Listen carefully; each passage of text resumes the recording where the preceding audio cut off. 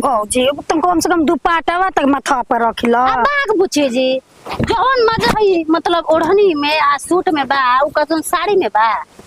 वो ठीक बा माना तनी कि तोहार फैशन ही बन गेल बा कि ससुरे में सूट पहन के ने घुमत, लेकिन फिर भी गांव जवार के लोग भाभी उहे ह। ए बुची एगो बात कही रहे मन ना जाला साड़ी में। ए भौजी देख मीटर के लपेटले रहिला का करबू कहल जाला जब जैसन तब तैसन, गांव नगर के हिसाब से चले के पड़ेला। ना चलबू न तो जानते बड़ू बढ़िया करबू तब लोग बुराई करिया, बुराई तो बुराई आ बा छोड़ा ना बुची गाधा पहले जलेबी खात रहे ठीक बा। अब कोई हंस के का करे भैया के तो सूटे निमन लागेला कहन की साड़ी मत पहन, साड़ी का 5 गज के लपेट के चलबे हेने लौकी होने लौकी पीठ लौकेला। ए देखो तारू सूट में संगरिया में ढकाइल बा कुछ लौकता। हां भौजी भैया के लायक पागल बहुत तार बात निकलबे करी। अब हमारे घरे बानी एक दिन तन नाइटी पहनल देख लेला तो लागिला खिसे कि घर में ससुर भसुर सब भरल बाती नाइटी पहन के चलत रे तो का करबू। अब देते मर्द मानुस राखी होते रहे के पड़ी नो। अरे तो कहे देना उनका खेर वो कही कि हम सूट पहन हम साड़ी ना पहन हम देखी तो हई भला नैहर में चलो तनी हतना भारी साड़ी पहन के ज्यादा भौजी हम यही में ठीक बानी। का करबू कहल मर्द के खुशी ले बढ़ के कोनो चीज ना होला ठीक। मान राखे के ओकरे वजह से राखे वही तैन रहे के बा। सही कहता कौन कहीं के माई बाबू बा के मान ला लड़ियो झगड़ के आई ते बारा तू ठीक बा मनसल बारू तो समझ तर कल का ना पूछबू तो के करा दुआरी जाई त मर्द से बना के रखल जरूरी ना। ये बुची सही कहता नी अपन बनल जन रहे नु तो सबे पूछेला ओहे बात बा हो भौजी। ए बुची जी एगो बात कहता नी देखी ना कहता नी देखी रहो 2 साल शादी कइला होता और अगर मतलब एगो बबुओ हो गइल आ हमर देखतो ही माने 7 साल शादी के हो गइल अभी तक कुछ भइल नहीं खे त भइल नहीं खे तो ओकर उपाय कर जा। पैसे तू लोग कौनी हिसाब से रहे लो कि इतना दिन बीत गए हम तो देखा 5वें 6वें दिने जब ना तब हो जाला। अब का करी अपन से बड़का के रहे के पड़ेला। ए बुची तनी हमरा के बताई ना। अब भागो हो भौजी हो कुछ बतावे ला चोली कछा बंडी हां ई हो कुल बेचता जा बेटा ता पढ़े लिखे के उम्र बा ना हो भौजी ई ओरिजिनल बिजनेस बा एकरा तो लगा देतनी ना ना ले ला तोहरा ना हम भौजी के नाप के बा ना ई तो बड़ बाटे इनकर नाप के नहीं थे रबड़ वाला हो जाई तो रबड़ अरे कौन बेचता रखे हमरा नाप के नहीं के हिनके नाप के खाली बा खाली एके नाप के लेके चलेला। ए भैया दुकानदार हो तो सबके नाप के लेके चले के चाहिए। हां है देखो तो एके करे में हो जाई वही तो हमें भौजी में आइए जाई ना भौजी। हाँ तब का भौजी हो जाई हाँ का खेले बैठ हो पूरा एकदम आ देखो तो बुच्ची जी खाली नजर देखा बा नजर से मत लगा बा ना लगावे राख निकाल के गोटी खेलते में भौजाई पर नजर डालता बड़ी घटिया लगता हो। तो लेबे के बा रुक आई भौजी ठीक लगता हो सूती बावे ले लो गर्मी में कहता रहो कभी कभी मन करता साड़ी पहनने खातिर एगो दूगो रगो ले लिए ना भौजी जान तो देखो हम कुल साड़ी के सेट इतना खचे भर हो गल बाकी ओहे नहीं खे सदत का कर आई मैक्सी अपन का सेक्सी ए बुच्ची लेबू देखियो मैक्सी अपन को तो सेक्सी अरे दे ढेर नुचा कर बाहो हम तो हमें में डूब जाई यहां में हो जाई। ए भौजी हम ना हमारा नहीं खे होते किता में तार में तो ठीक होता ठीक बा ले ली ले लो ले लो दो चले ले लो एक ही ले लो 1000 खाली है बा 1000 रुपया ऊपर से एक चूमा का ककल हाथ नहीं खाली और कहता 1000 रुपया अब भागो तू बेचनिहार हो के चूम देखो तारू बुच्ची जी चूमा मांगता तो ऐसे तो सुन के अनसुना करते रहो भौजी तार जगह पर हमारा लाइट का जीविया का मार देती दो ना ले बता जान जा हटा तार जैसे दुकानदार देख 36 ले ले ले बनी चूमा तो सब भैया से 200 अब मारन नो के मुंह लाल हो जाए मार देबू पैसे डर तो लगते है उनका से डर ना लगेला हमस ना लगेला ना कहले हम सब भेजे बकर नतिया उनकी पत्थर के चोलिया ना देले रही गलिया में ओए गलती को दिन तरह हां ले बुझा जाए हां तो ले हम पहले नाप के देखम तब नो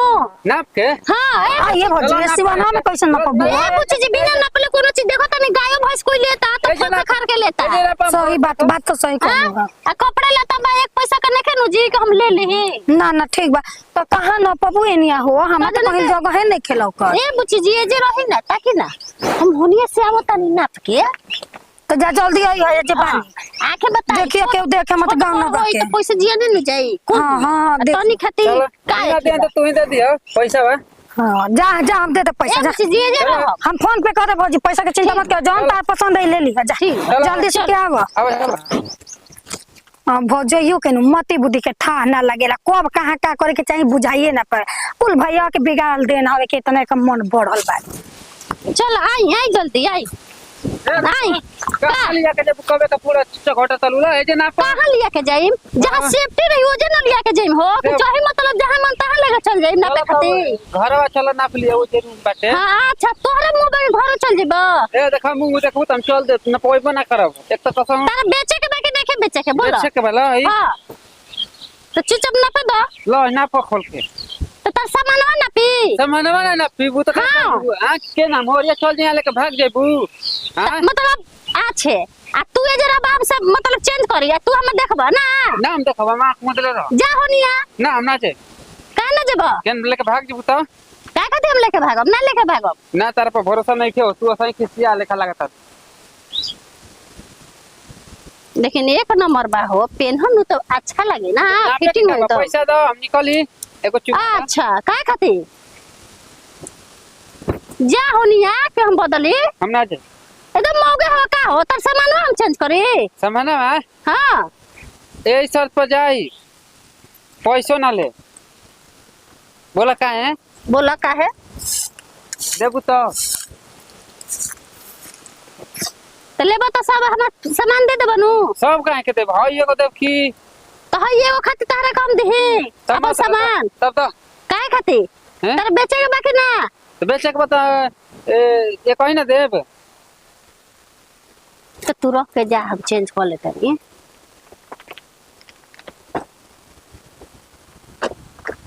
लो हइयो ना हां अब देबू ना। हां चलो पहले द खुश कर तब चेंज करम है। लो तारा का एगो साड़ियो दे देता अरे तब तो अच्छा बड़ा ना हो औरी दही द द ले रख ले बनी दा। हई देखो ई साया बाया पहन ली था। हां जेकर लाज है नहीं खे देखो अरे तेने लाज शर्म का करे के बा हां देखो ई साया है अच्छा बा सब कुछ लेके आइल बनी द तब द तो लो चलो चलो यही से तो बाद में द रखी बाद में कुल ले लिया पहले तो एक हाथ दे। हां अरे वाह रे भाई वाह ना नहीं क्या पसंद ठीक बता जाते ना हेमे कौन पसंद होता हैं हेमे कौन पसंद ए हम होता चोली चढ़ी बेचे वाला हनी मते चोली चढ़ी हां झोरा में चोली चढ़ी बेचत रह ए मत तो झोला बना बेचे तो का लेके कपड़ा पे बेची हो देखो विश्वास नहीं को तो ठीक ठीक बेचे बेचे बेचे है देखो ई ऐसा लेके अरे कुछ ना बुच्ची जी आई देखो तनी आज देखा तर नहीं यहाँ खोल के देतर ना लेतर ना ना बुच्ची जी हाँ खोल के देतर नहीं यहाँ क्या लेतर ना अरे झूठ बोला तारा चुप रह हम झूठ बोलते नहीं संसार हमरा को जाइल हवे ठीक बात तबे तो मैं के रोड पे छोड़ के आई अन्ना ये बुच्ची जी अभी चेंज कर रही तो लाई मौका आ गइला इतनी बांस लिया होता बांस हो बांस लिया होता बांस बस बांस नासी के बेटा तू ही बड़ा बेचवैया हां करे अरे सलाह भी पल ही करे का ये कुल काम करते रे ये कुल काम भैया हाँ ये मेहरू के बोला जंगल झाड़ में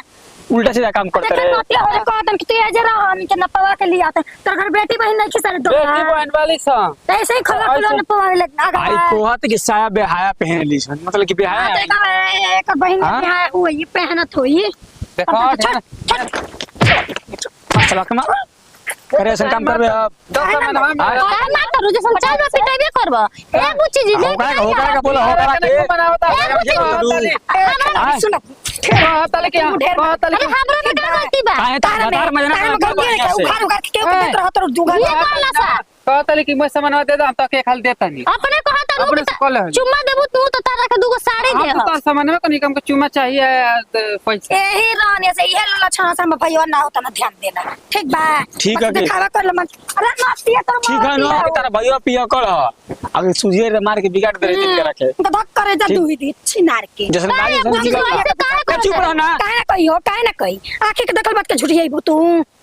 संस्कार बुझा घर में परिवर्तन नहीं खेल बढ़िया से तू कहला सा हां तो कहला से तो का चढ़ जेबू ना अतना ता जवानी उफान मारता कहला में नहीं थी मन नहीं छे बरस तो बोल ना के बता तो जान बानी हवे जे रह का बानी काय टेंशन अरे मजाक करते नहीं भौजी उखाड़ दे एक एगो मुझे बिंद समझ जियो बिन दे देखो तारी वो पूरा फाट गेल बा हवा मैंने से कहता नहीं हवा से फट गेल बता तो हलो का ना फाटेला हो तारा के देख के जान गला अब तू चल खिलाई तार के घर में भैया से कह के थ्रू आवत नहीं ना बुची जी सब मत कह चाहे वो- हम लड़का ना क्या होता स्कूल नहीं के चढ़ावत रह 10 गो पैदा करत रह ज्यादा हो मत बोला मन तो करते के धक्का ए ऐसा काम मत करे आज के पास ठीक बा ना जा बुची जी देखे ना अब से कोई के फेरिए लगे बहकावे में ना आवे के चाहिए जानता नो ना अभी का दिमाग काम कैलस है ना ऐसे पहला कहां रहल दिमाग घाट चढ़ गई अरे ले जाओ घर हम का हसुआ जानी? पाक खिया के सुतावा इनके नु हाँ। मुझको खा खा तो भैंस आगल बढ़िया काम भदेली बहुत बढ़िया हो गइल बहन को